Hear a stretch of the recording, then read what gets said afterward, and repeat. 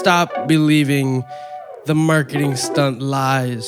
So Anthropic released Claude Mythos along with Project Glasswing. You know why they called it Mythos is actually because for all intensive purposes, you and I can consider it a myth. We will never get to use it, at least that's their stated intention. Obviously, capabilities in a model like this could do harm if in the wrong hands. And so we won't be releasing this model widely. There has been some crazy frenzy coverage of this, of Claude Mythos drop. And let me start this video off by saying I'm a fan of their product, genuinely. But there's a couple of pieces of misinformation that have really been driving the Claude Mythos story lately. And this is all because Claude Mythos is apparently this insane AI hacker model that's going to completely reshape cybersecurity, that has surpassed 99.9% of humans in the space. They found thousands of high severity vulnerabilities in every OS, every browser, and there would be nuclear fallout if this model was gonna hit the store floors. Like if they put this bad boy on sale, okay, get in the shelter. Everybody, get in the shelter. But seriously, apparently there is severe blowback in economies and safety and national security. And this is a defensive initiative for altruistic cybersecurity reasons. They cannot release this model to the public, allegedly. Instead, what they've done is select 40 organizations who maintain critical infrastructure, scan and secure open source systems, and they're committing $100 million for all of these groups to use so they can get a leg up and basically get ahead of the blowback that this model is gonna cause. And off the bat, you know what? I love the spirit. So often, the tech industry and innovations in the technology space far surpass the rate at which we can secure and govern and regulate it. So honestly, the spirit of this is actually pretty awesome to see. And if you remember, not too long ago, earlier this year, Anthropic announced Cloud Code security and cybersecurity stocks, whoa, they went tanking downwards, hit all-time lows in some cases. And Cloud Code security had a lot of the same press and narrative in the media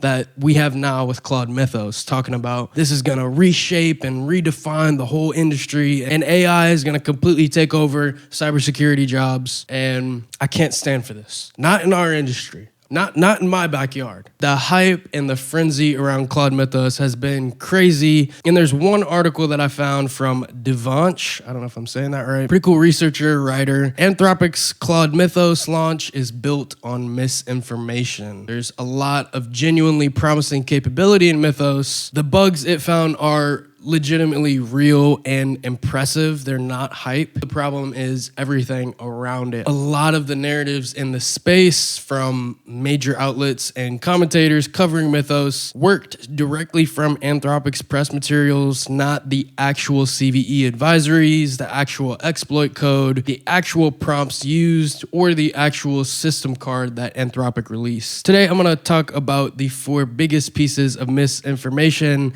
and we're gonna speculate if this really was a marketing stunt or not. Number 1, the Firefox exploit illusion. This is one of the key data points that's been used in all the articles covering Mythos. Anthropic put out this graph saying that Mythos, in an experiment, was able to develop working exploits 181 times for Firefox. So Opus, the old model, could only do it 2 times in several hundred attempts. Now we're using Mythos and we have exploited the browser 181 times. But even if you just click on their footnote, there is a critical piece of information. As in the previous article, these exploits target a testing harness mimicking a Firefox 147 content process without the browser's process sandbox or other defense in-depth mitigations. That's kind of important. It's kind of like bragging about breaking into a house and all the doors were already unlocked. Slightly less credit, slightly less impressive. There's a whole list of controls that browsers use to limit and scope processes to run in a low privilege context. And again, it's not to discredit their work, but to say there was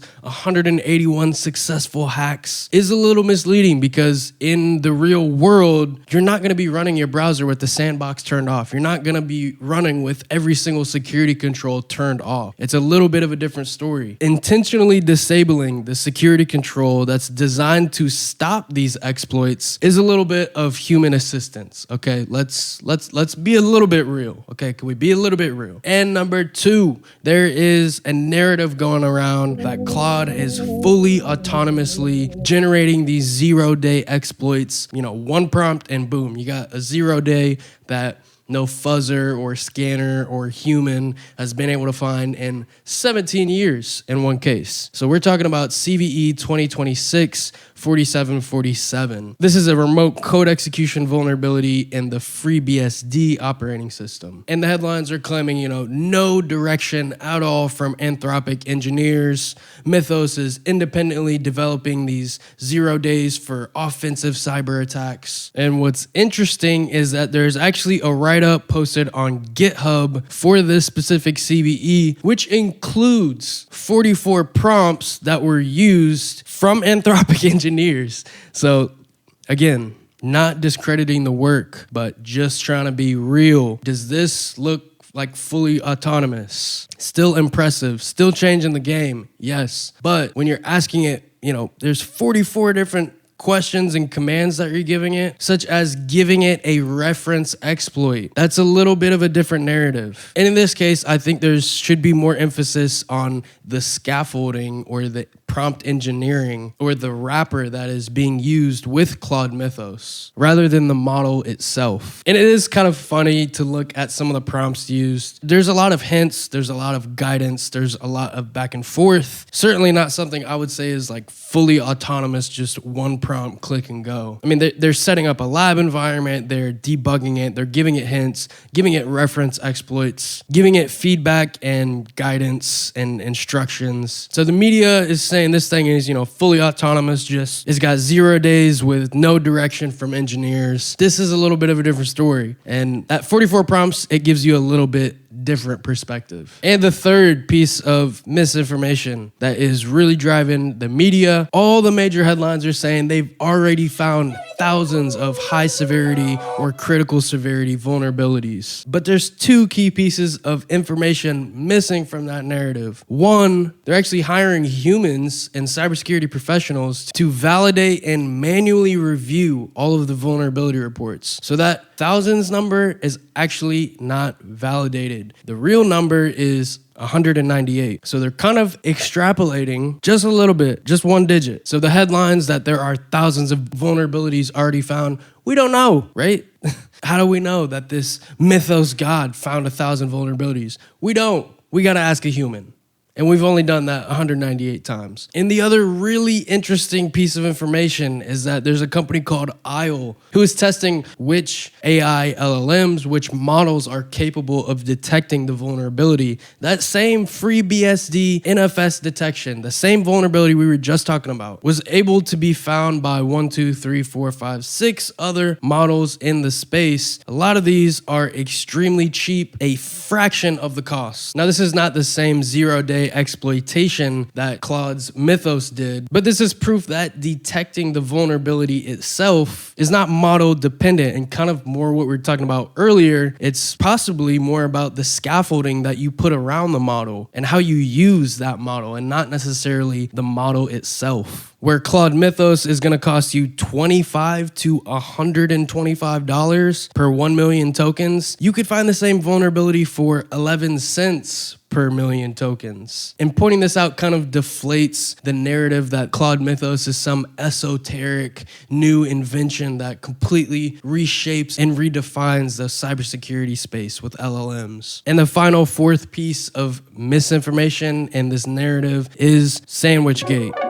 Probably the funniest as well. There's this narrative going around that Claude Mythos is some rogue, powerful AI agent that's just acting autonomously, breaking out of sandboxes, acting on its own, ignoring instructions. And while part of it is true, there was a multi-step exploit executed by Mythos to escape a sandbox and gain access to the internet and email a security researcher who was eating a sandwich in the park. The truth is that this model was instructed instructed to break out of the sandbox. So this was an instruction, a direct prompt. This was a test where the model was instructed, break out of this sandbox and contact me. And Anthropic's own document says it contacted the researcher as requested. To say it's a AI gone rogue that's autonomously escaping is not really telling the full story. So if the technical claims are heavily exaggerated in this narrative and the launch of Mythos, why is this narrative being pushed so hard? One explanation, you might want to follow the money. Follow the money. That's what I always say. You always follow the money. Anthropic is claiming that this is just, it's too dangerous. We can't put it on the shelf. The world is going to collapse.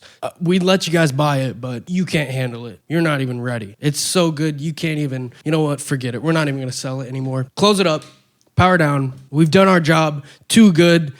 Power everything down. We have March 26th, Claude Mythos gets leaked. March 31st, it gets leaked again, so people are talking about it. And then April 7th, a week later, officially the model has the non-launch and then the announcement of Project Glasswing, where every major player in the game, all these 50 plus enterprise partners are locked in. And shortly after, there are emergency bank CEO meetings about Mythos. And all of this is taking place just months before Anthropic is set to IPO and go public. In October of 2026, Anthropic is gonna go public. And wouldn't this be the perfect tee up? Wouldn't this be the perfect opener? And wouldn't you know, many of the launch partners who are directly supporting and helping launch this Glasswing project are actually investors who would directly benefit and have skin in the game if the product does good or bad. So is this the end of cybersecurity?